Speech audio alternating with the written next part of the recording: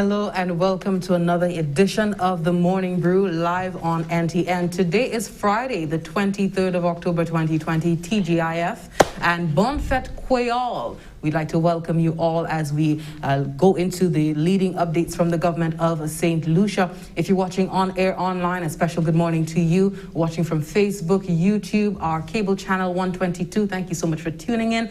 Residents in St. Lucia, St. Lucians in the diaspora, and well-wishers globally who are keeping abreast as to what's happening in St. Lucia.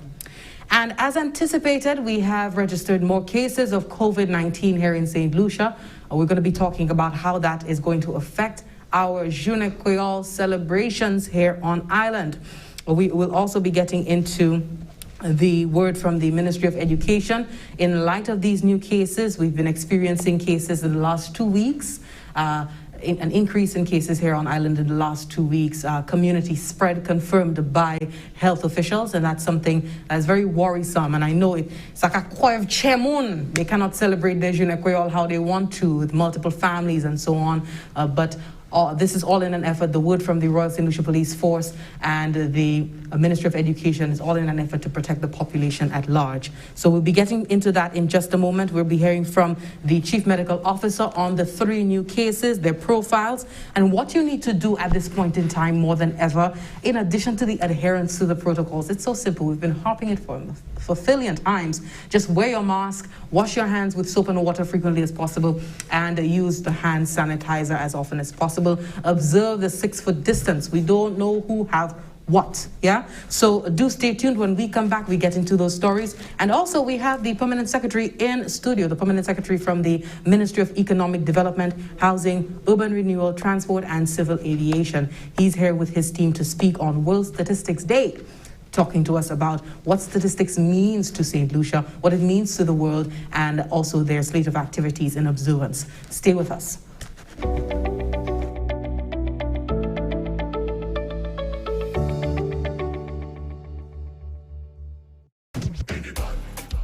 What does coronavirus have in common with love? Both are highly contagious. Spread love, not the virus.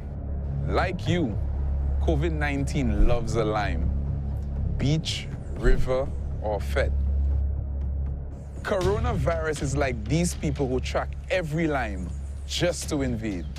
The best way to put off invaders? Cancel the lime. Spread love, not the virus. Keep you and your crew corona-free. Live to lime another day. Together let us win this war. St. Lucia be a soldier. Together we can beat this corona.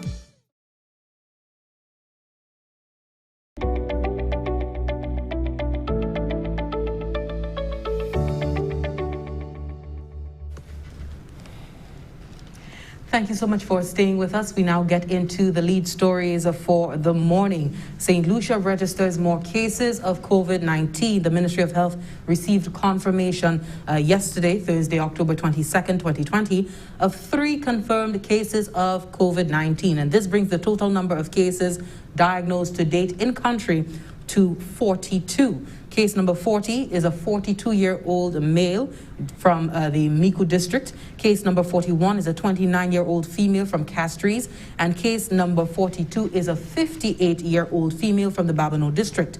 We have more from the Chief Medical Officer, Dr. Sharon Belmont-George. All cases presented at community respiratory clinics with respiratory symptoms and were tested and placed in quarantine pending their results. Upon receiving their results, they've been transferred to the respiratory hospital for care. This brings to 15 the total number of confirmed cases currently isolated for care. All 15 cases are currently in care and doing well.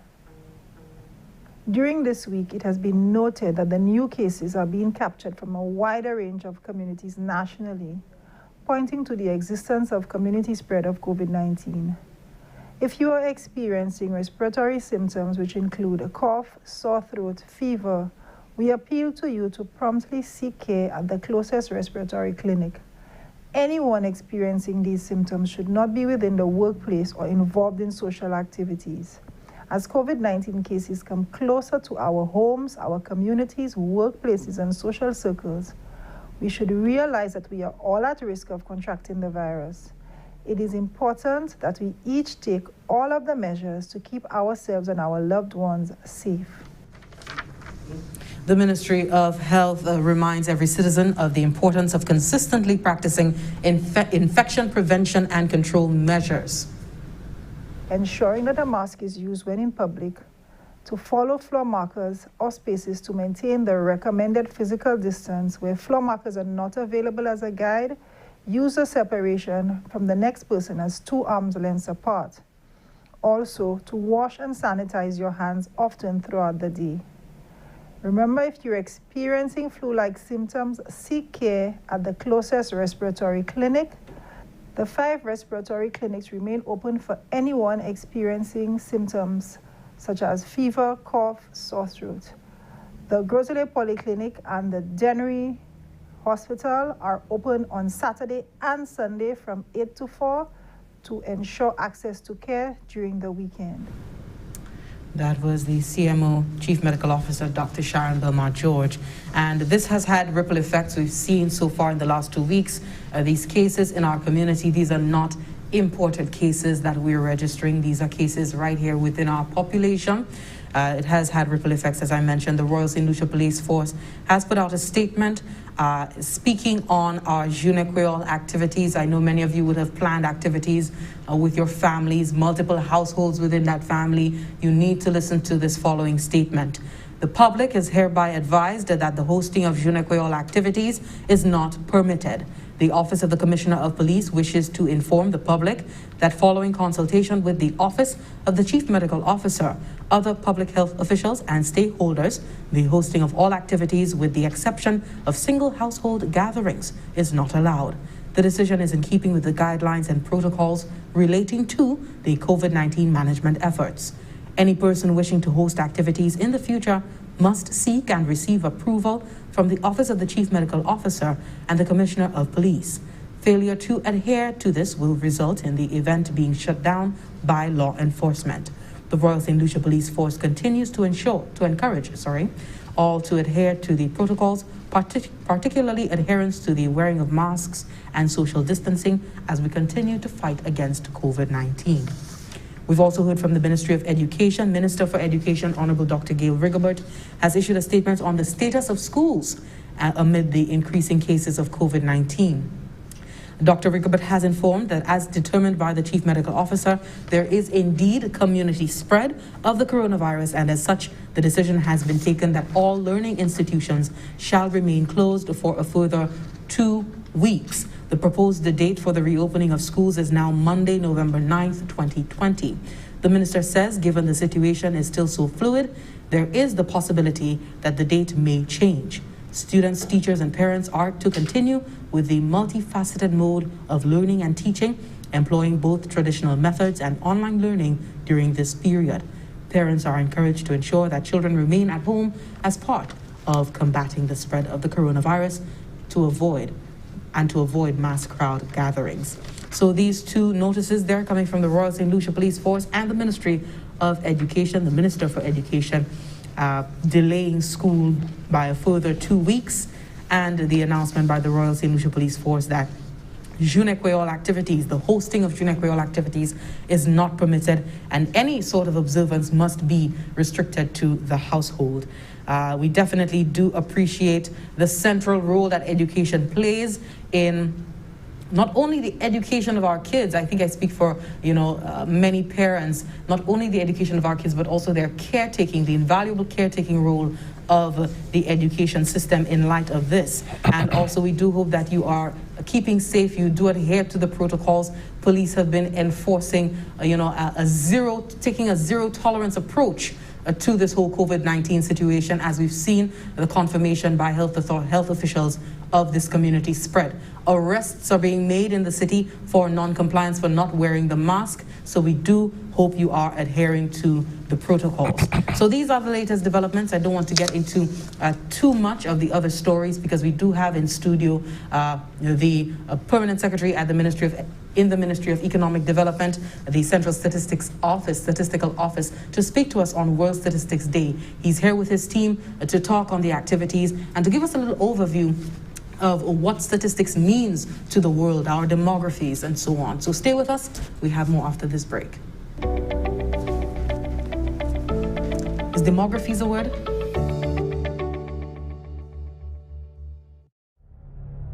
Cette lisi ka registre vermin corona ek I ka fait mouvement ek an chay vitesse tan chaque canef ka kouye pour vigilance publique la fait wolo parler en place publique qu'on bon en mai base ti boutique changer distance sociale 6 pieds Rodyon à l'autre. I ka travail tan, si ou senti ko pa cordial, quarantine ko, pas en contact et puis l'autre, en cas où te toi pe exposé.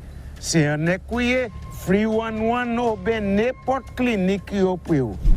Les pays a 10 000 à clé, ça veut dire les supermarkets, pharmacies et puis ATM, yo accessible avant c'était souhait. Pays à clé en plein, ça veut dire tout bagay fermé à 24 heures. Servi protocole comme sorti par bureau indication santé. Nous tout ensemble, ça sauve vermine corona. Si nous tous servi jidla à toutes les. Together let us win this war. Say Lucia be a soldier. Together we can beat this corona.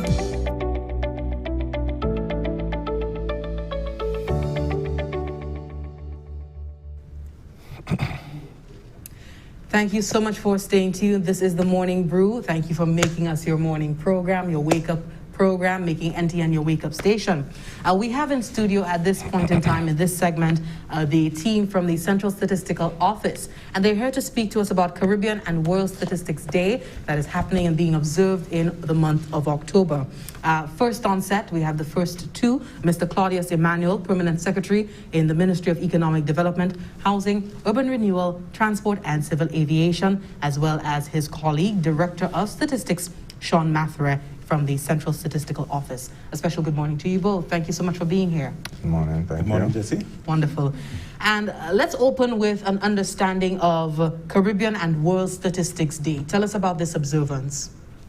Yes, well, these are important observances to really heighten the significance of statistics for life in general. We know the importance of evidence-based information, and statistics is intended to do precisely that.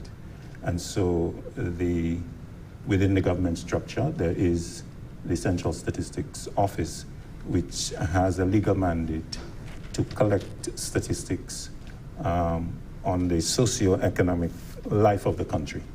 And so the observance of this day, October 15th for the Caribbean, and October 20th for St. Lucia, is to raise awareness of the importance of statistics in bringing out information that is relevant to the conduct of life in an economy.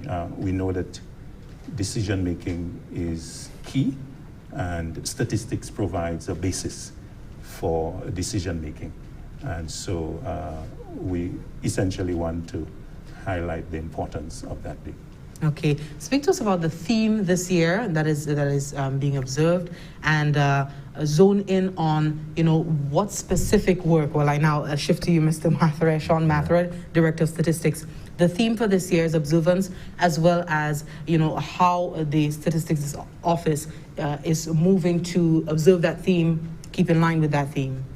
All right, the theme for the third observance of World Statistics Day is connecting the world with data we can trust.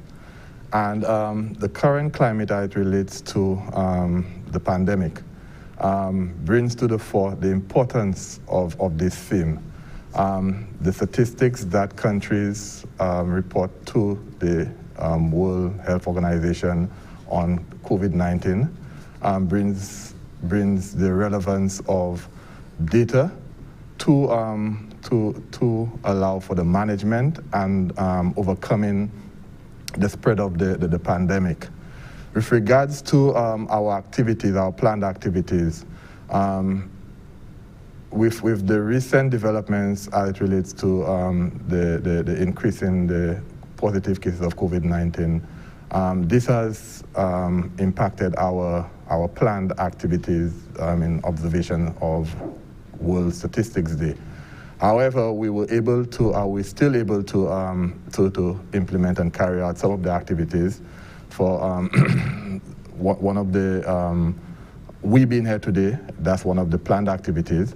We had activities that related to school visits, which for obvious reasons we couldn't have undertaken. We also had a church service, a planned church service, which we couldn't have undertaken.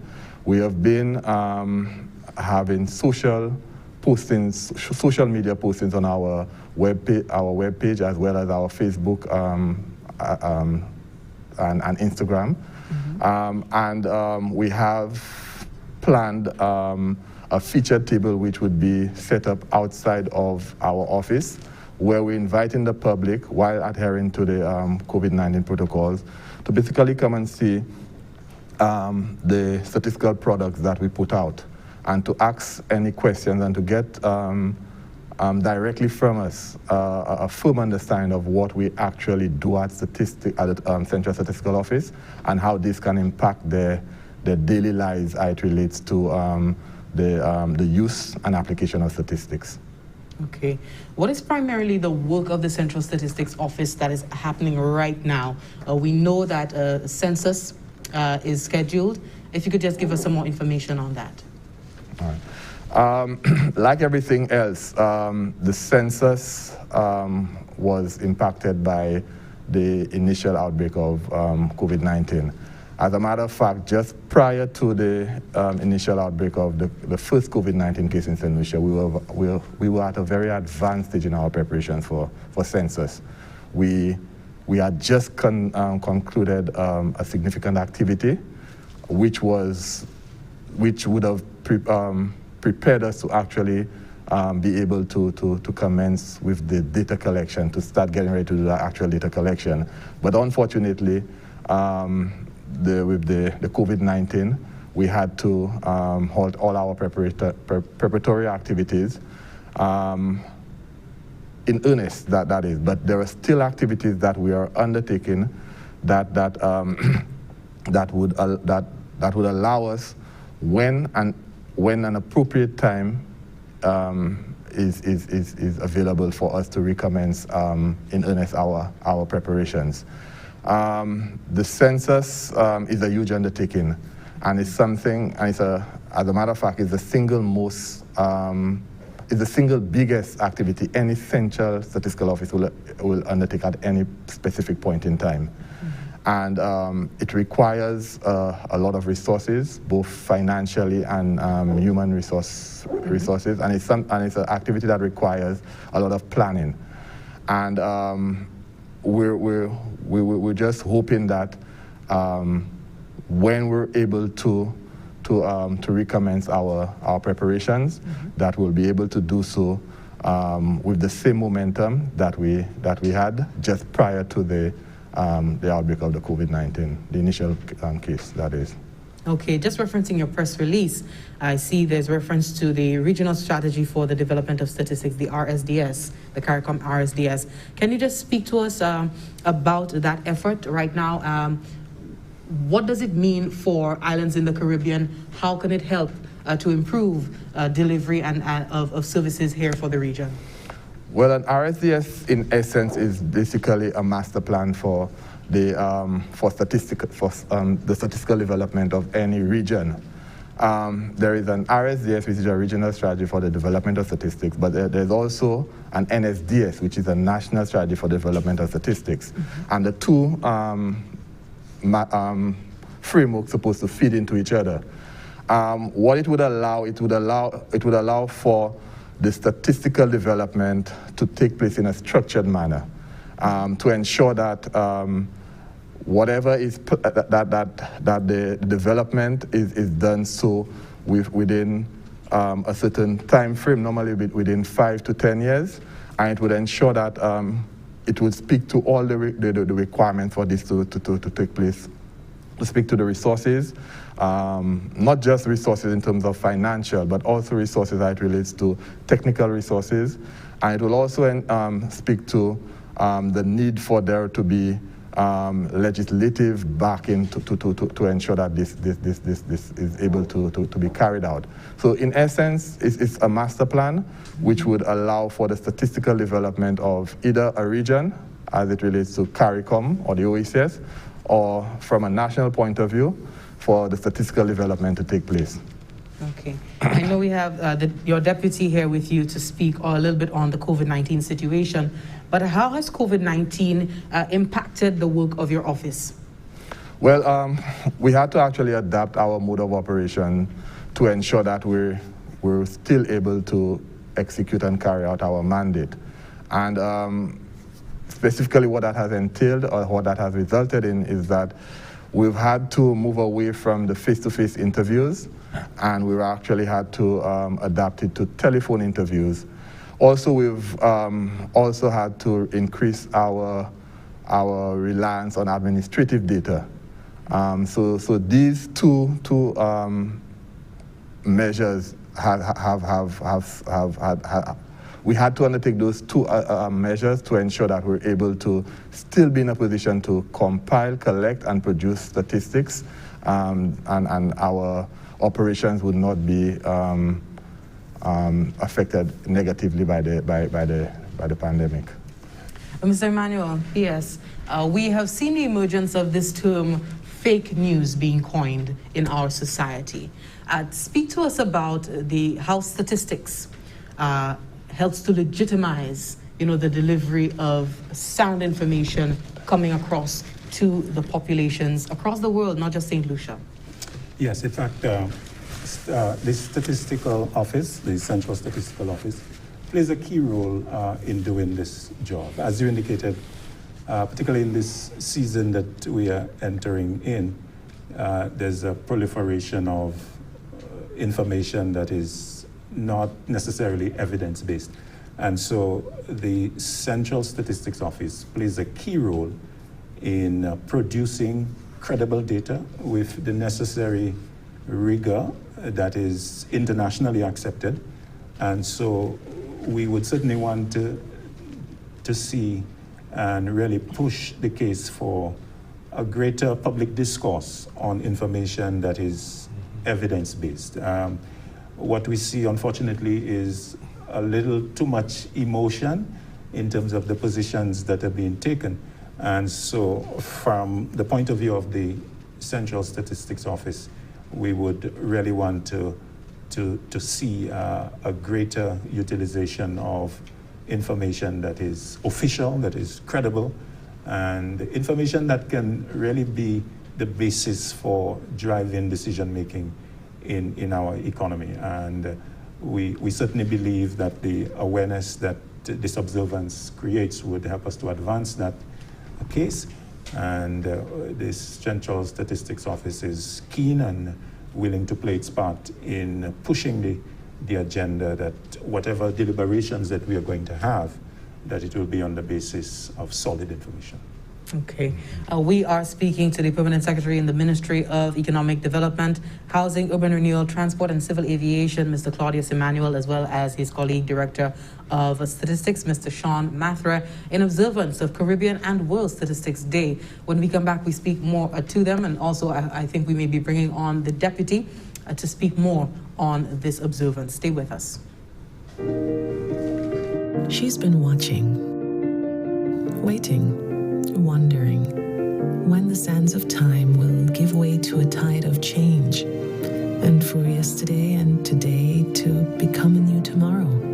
For a time when her sun can kiss the cheeks of your loved one, and her stars can twinkle in her honeymoon skies. When her earthly embrace will reassure and calm your soul.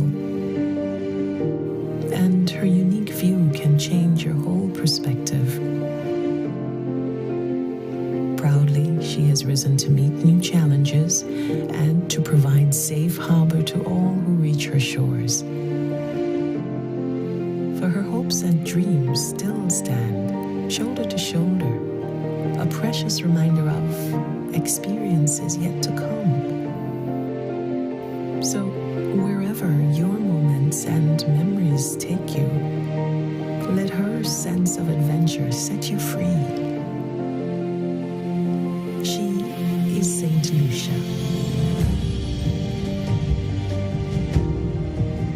Let her inspire you.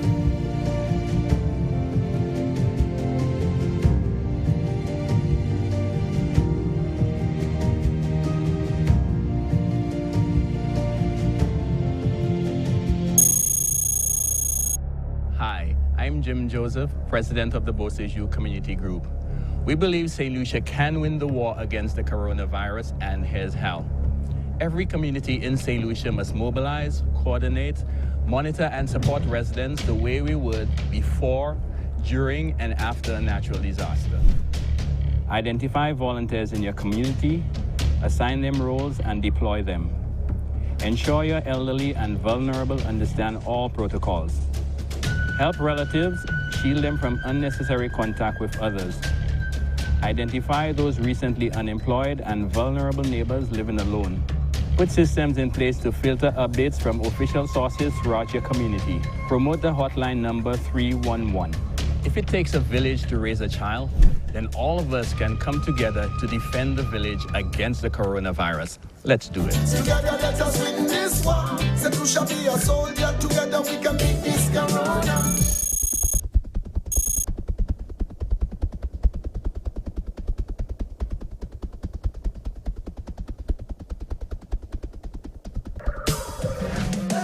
We at war with the virus, ready to harm us. Panic is not the answer. We can win this together. Often use hand sanitizer. Better yet, use soap and water. We must protect each other if we are to beat this corona. Together let us win this war. Be a soldier for St. Lucia. Together let us win this war. Be a soldier, together we can beat this corona. So you don't become the next case. Avoid touching your face. I'm sure you've been told so. Handshakes and hugging are up. No, no. Advice, give you the please. Cover your mouth and your nose if you cough or sneeze. Practice social distancing and avoid large social gatherings. Together let us win this war. Be a soldier for St. Lucia. Together let us win this war. St. Lucia be a soldier. Together we can beat this corona. For further information, please contact the hotline at 311 or the Bureau of Health Education at 468-5349.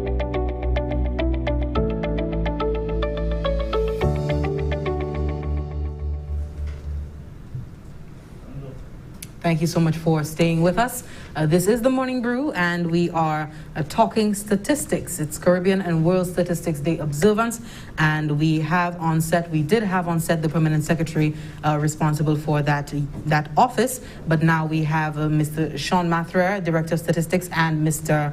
Richard Harris, Deputy Director of Statistics in that office. Good morning to you, Mr. Harris. Good morning.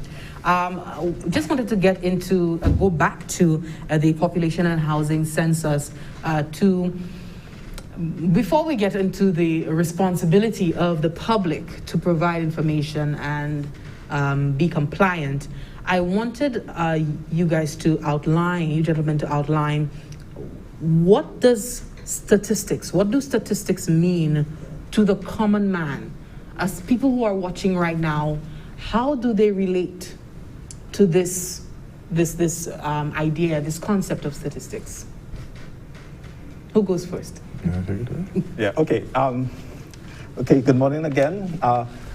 Just this morning, I came across a very, to me, what was a very thought-provoking statement by an author whose name I cannot confirm at this time, but the quotation basically said, and I have it here, in an ocean of information, many are drowning in ignorance. Okay? When you really think of a statement like that, how can you be surrounded by information. As far as the eye can see, if you think of you're in an ocean, as far as the eye could see in every direction, you're surrounded by information, and yet be drowning in ignorance. Okay?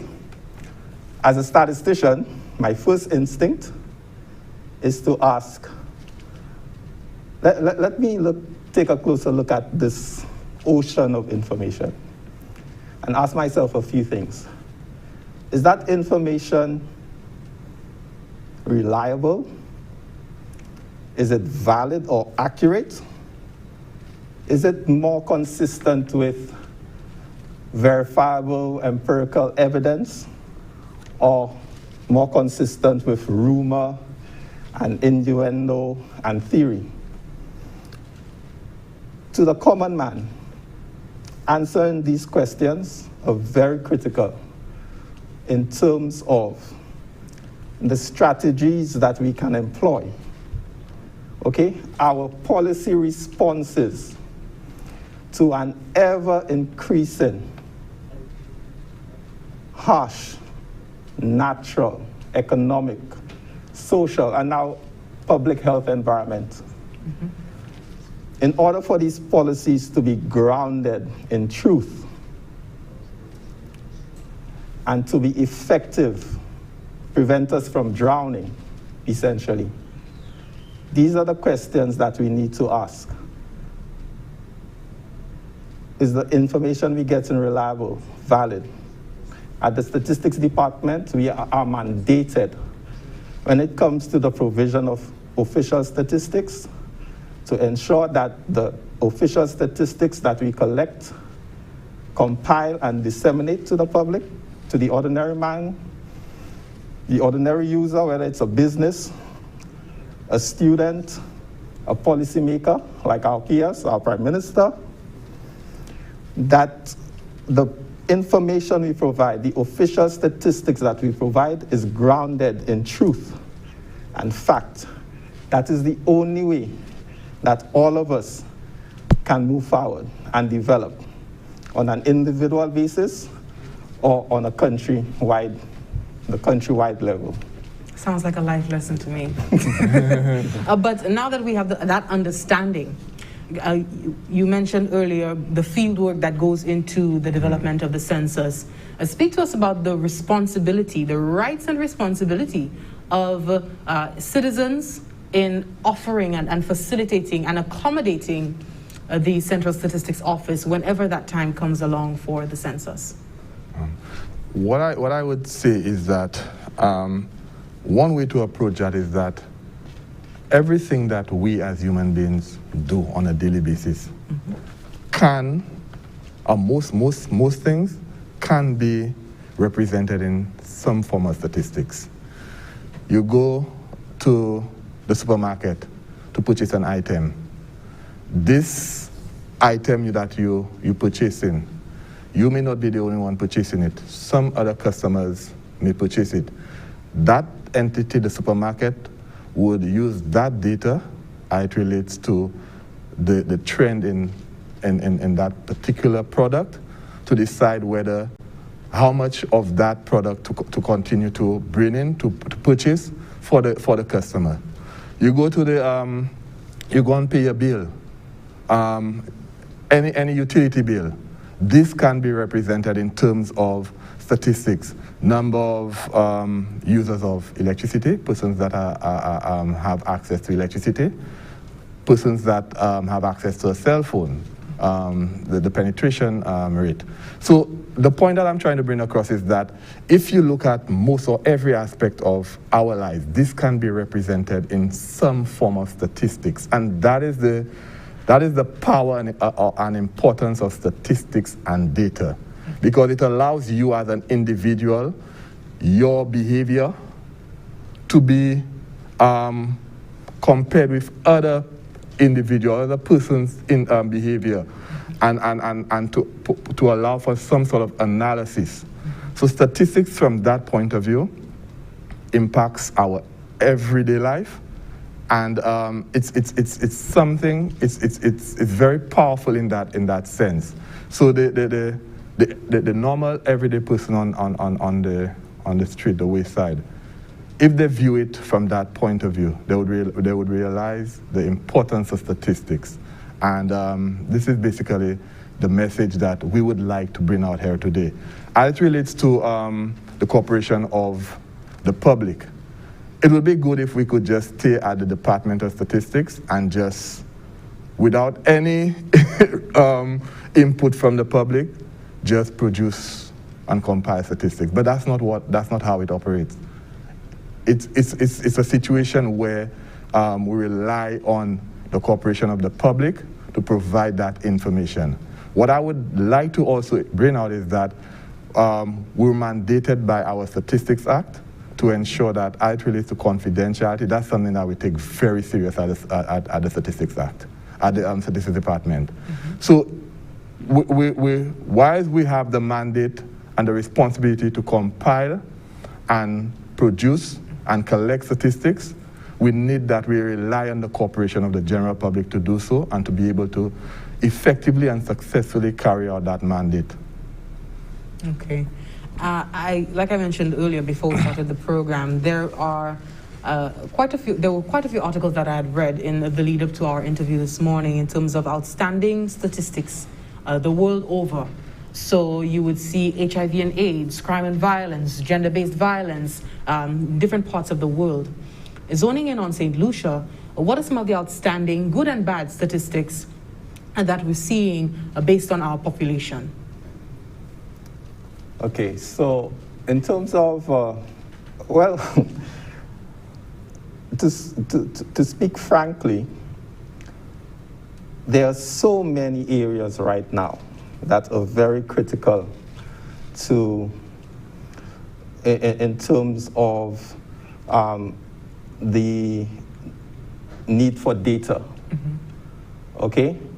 And more every day, the number of these areas where data is required are exponentially increasing and putting a very, very heavy burden on a very small department to try to address all the issues. Okay, the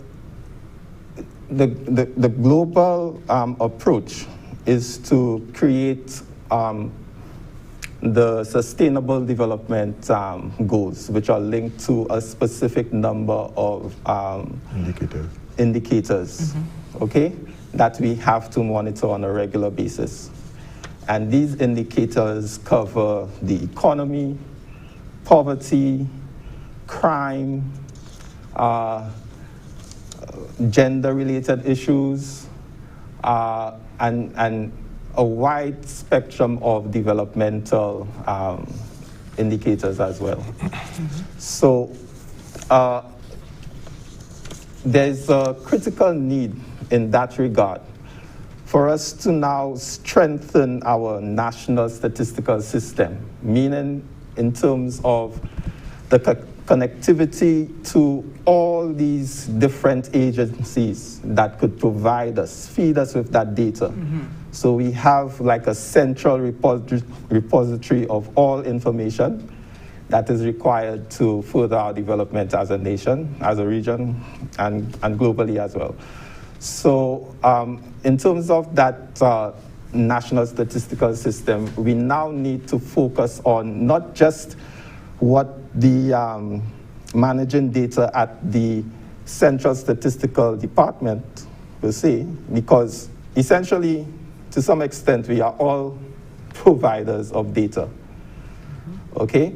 So especially our public agencies that interact with different segments of the population, the public, and collect information on health issues, poverty-related issues, and so on and so forth. We need to ensure that we have proper data management systems in place to ensure the ease of access to that data on a timely and regular basis. So in response to your question, I think that the SDGs, in the way they were structured, was intended to ensure that these critical areas, like I mentioned, the economy, poverty, crime, and so on and so forth, that these critical areas can be,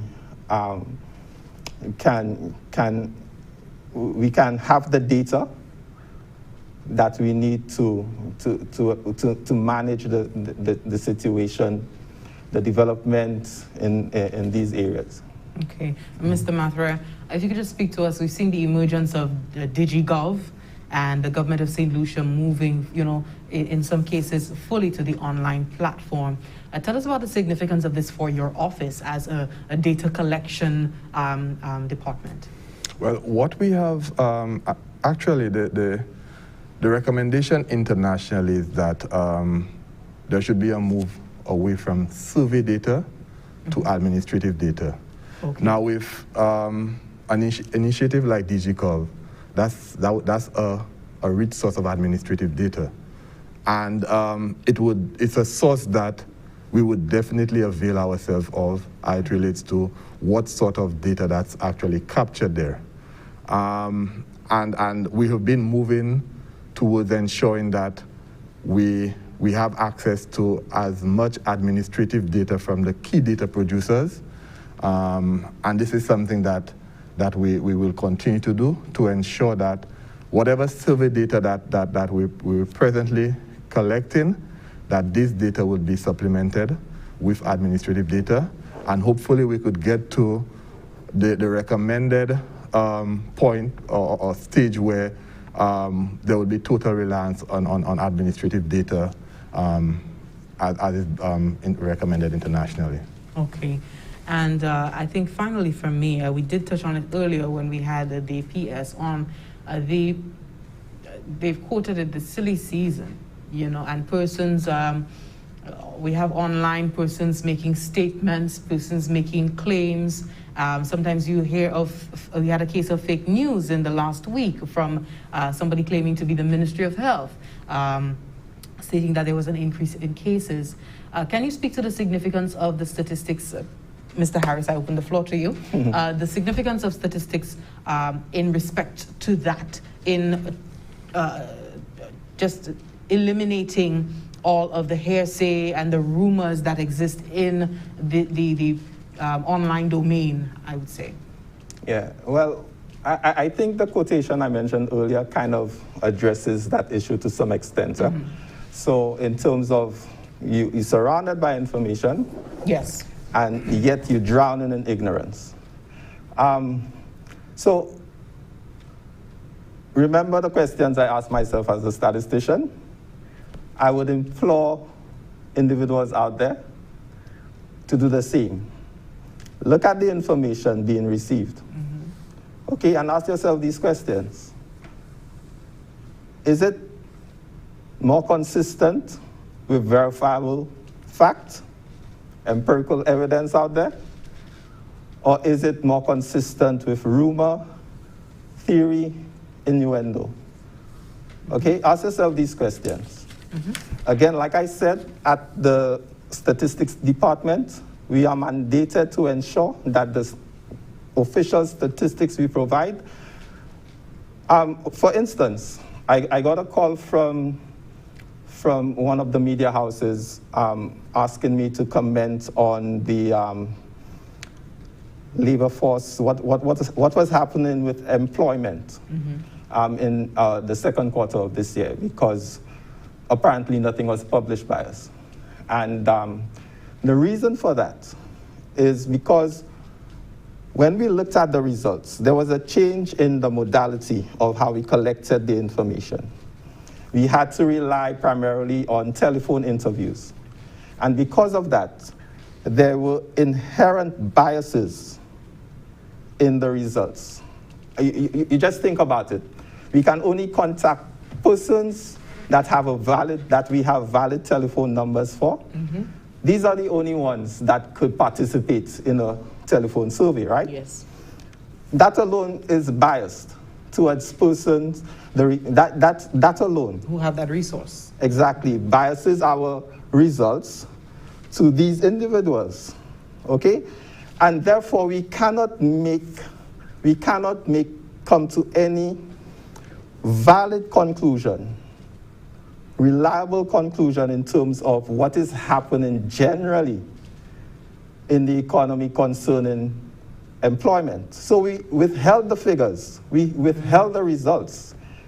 And this is the responsible thing to do. Because like I said, unless the information is valid, accurate, reliable, consistent with reality, then it's useless to put it out there. So in terms of the fake news and the misinformation, I would implore the public, my fellow citizens, fellow countrymen and women, to ask yourself these questions before, because we need to, in terms of the situation, I think it's just a reckless spread of misinformation, and that is really, really complicating the effort for us to manage the current pandemic situation, and even the future, it even threatens the future development of our country on a whole. Okay. Can I just add to that? Mr. Mathur, I have one question for you. What are the considerations in terms of data collection surrounding this pandemic? All right, but to add to what Richard just said there, we at the department, we're just a phone call away, a mouse click away. We have our website, which is continuously updated. So in the face of any information and statistics that one may be in possession of, and one may have one reason or the other to be suspect of it, we're just a phone call away. We have our website, and that's what we're here to do, to provide that service to the public. So I just needed to ensure that said, to ensure that the public, if for whatever reason that some information, some statistics is being put out there, and they need to confirm whether that actually is reliable or official statistics, please feel free to contact us. Okay, there's no concealment of Absolutely not. Okay, and the pandemic? The pandemic, like all other CSOs regionally and internationally, we had to adapt our mode of operations as I initially stated. We have done so successfully. As a matter of fact, the pandemic has been a blessing in disguise, so to speak, for us, where it has actually allowed us to get the opportunity to acquaint ourselves with telephone surveys. And we were able to do this initially with an initiative we collaborated with the World Bank, where we actually undertook 2 rounds of a survey where we assessed the socioeconomic impact of COVID-19 on the country. And this has allowed us to venture into areas that otherwise we would not even think of doing so.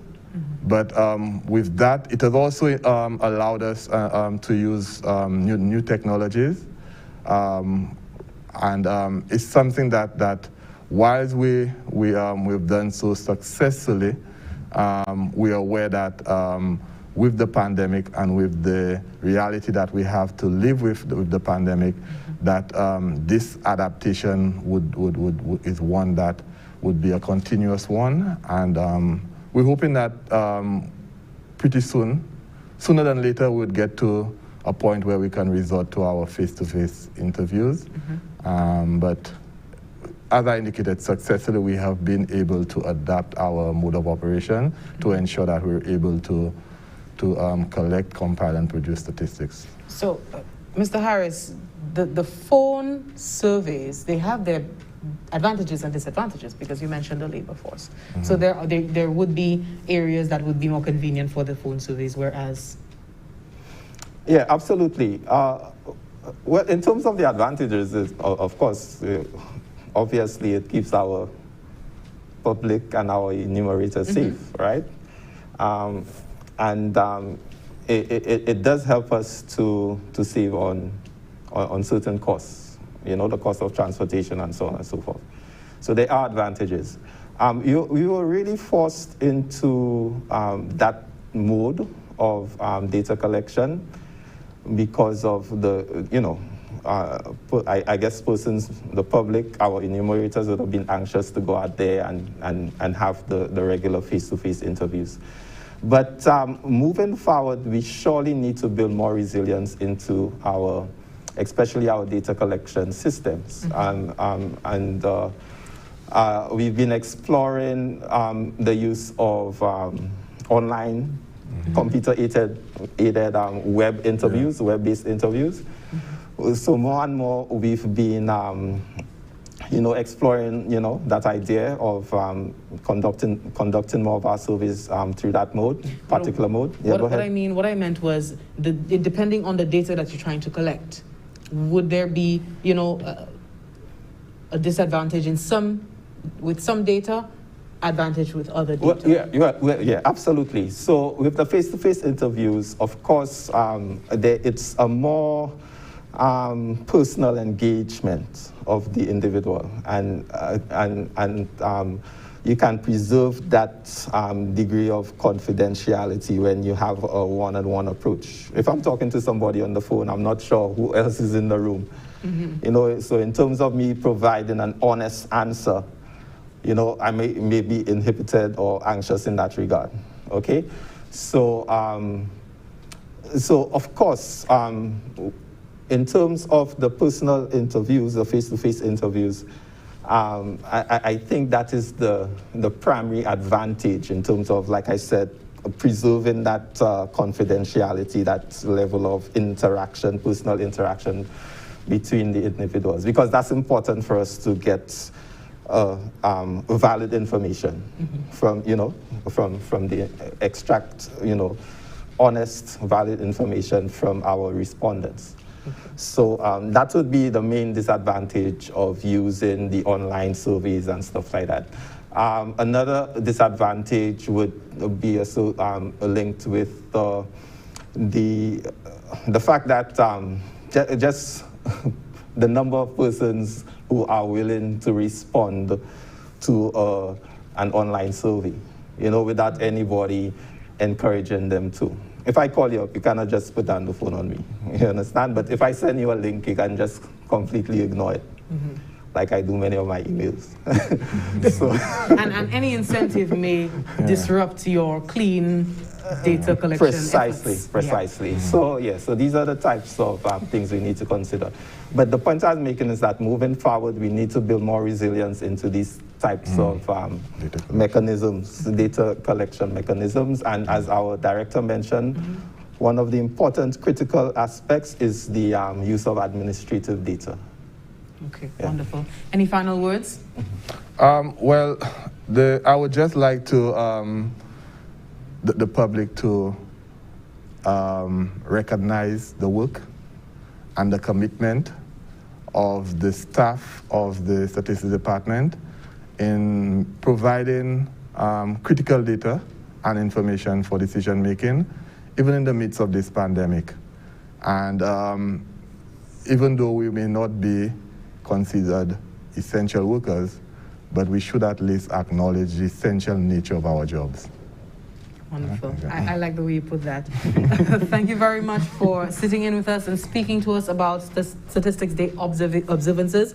Sean Mathra, Director of Statistics from the Central Statistics Office, Richard Harris, Deputy Director of the office as well. And we also had earlier on set Mr. Claudius Emmanuel, Permanent Secretary in the Ministry of Economic Development, Housing, Urban Renewal, Transport, and Civil Aviation. We'd like to thank you all for sitting in with us. We really do appreciate it. The Central Statistical Office, CSO of St. Lucia, under the Department of Economics, Development, Housing, Urban Renewal, Transport, and Civil Aviation, celebrates the 12th observance of Caribbean Statistics Day on October 15th, and the 3rd observance of the United Nations World Statistics Day on October 20th. With that, we conclude, we end, we wrap up our Morning Brew. We'd like to thank you so much for watching. My name is Jessie Leon, signing off for now. Do stay tuned for more NTN programming, and Bon Fête Créole. Bye-bye. Bon Fête Créole.